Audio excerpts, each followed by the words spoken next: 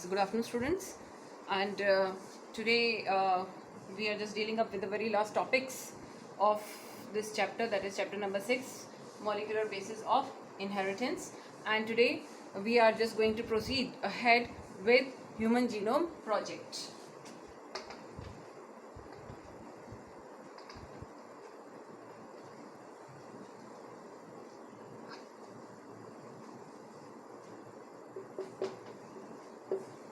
As we all know, as already we have studied in the chapter, that it is the DNA which is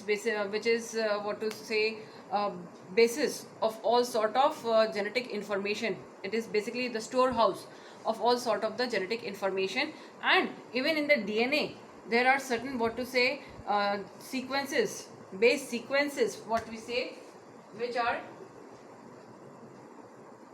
responsible for expression of the genes. Clear? It has been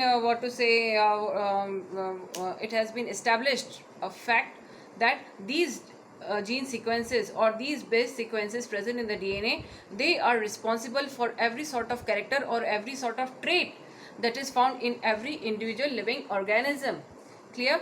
So if we are just talking about the human population, and we also know that though the genetic information or the genetic pool in the human population shares the same gene sequences, but still there are certain variations. Thus there should be certain changes or there should be certain differences in the base sequences, due to which these variations arouse. Clear? So again coming back to the topic, that the base sequences, they are having certain differences due to which variations occur in two different individuals. Following these assumptions, and with the advancement of technologies like DNA fingerprinting techniques, technologies of advancement tools and techniques, genetic engineering techniques, etc., utilizing all these things, a mega project was launched, which is known as Human Genome Project. Clear? That is what is known as Human Genome Project, very commonly known as HGP. Clear?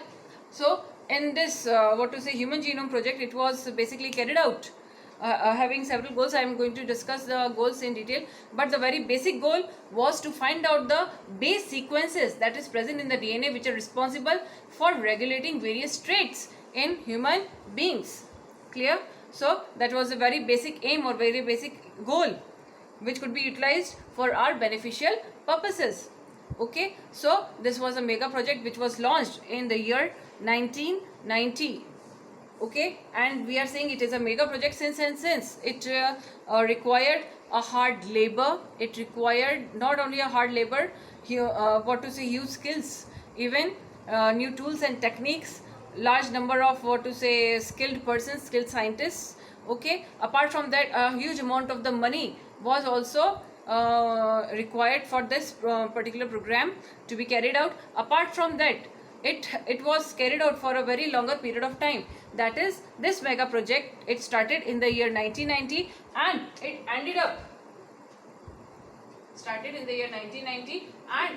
up in the year 2003.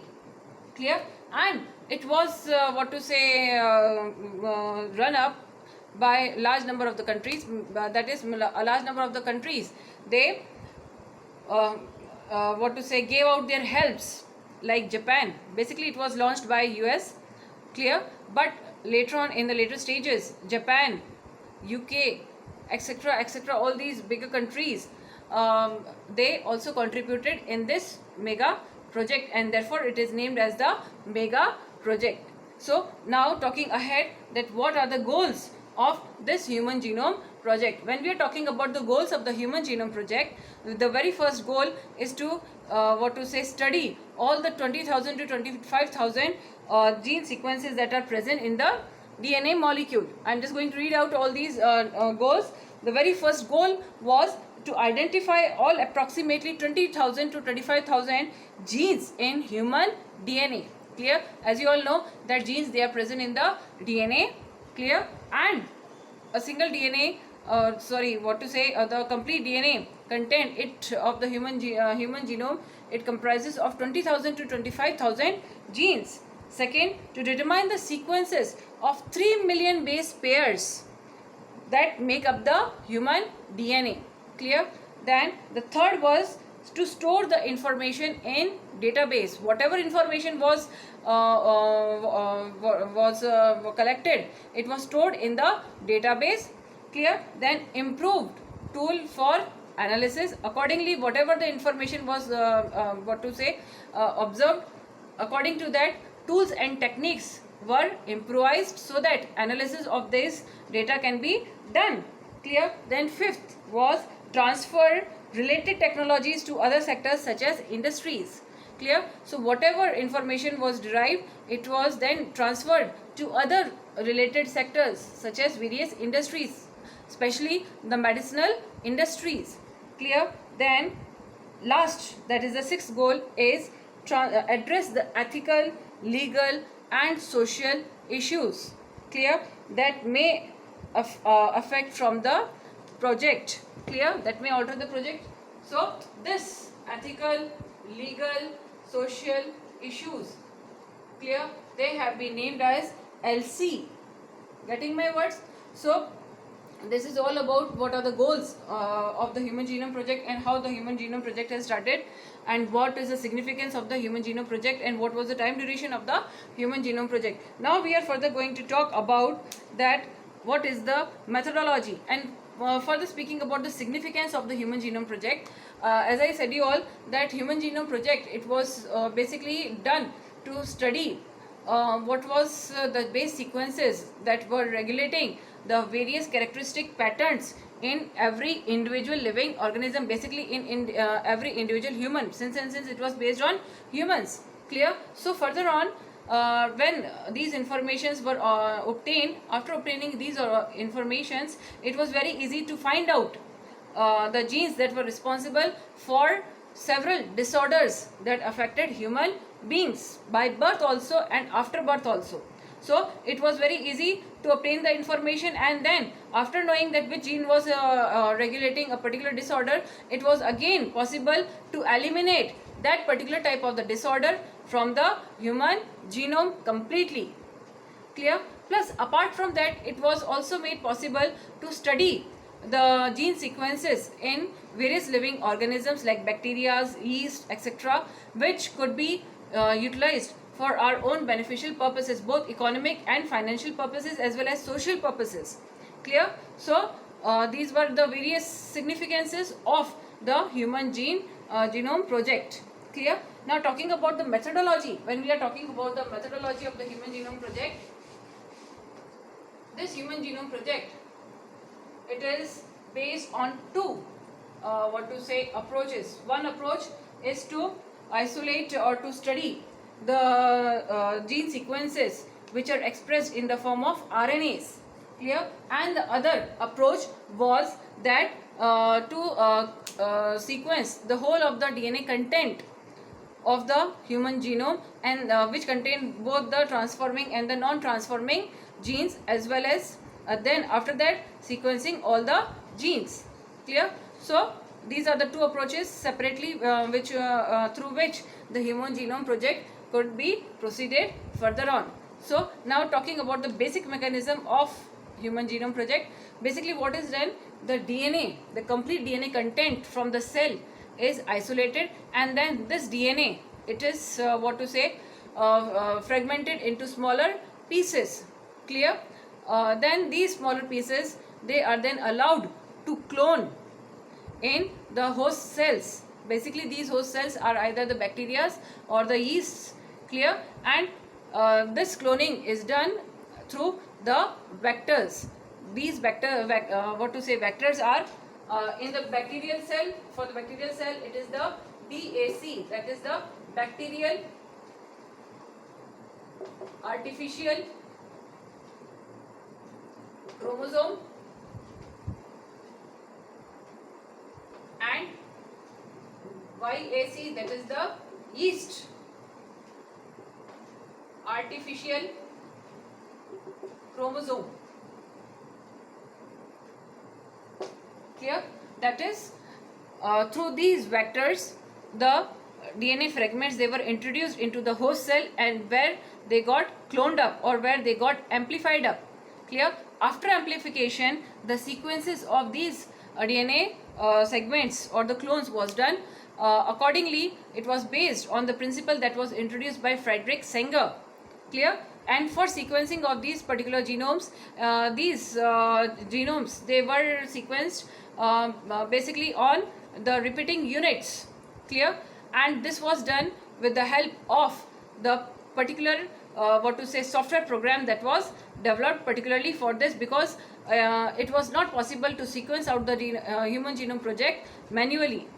Clear? So all in all, this technique, it is the Human Genome Project, the methodology of the Human Genome Project. Now talking about the salient features of the Human Genome Project.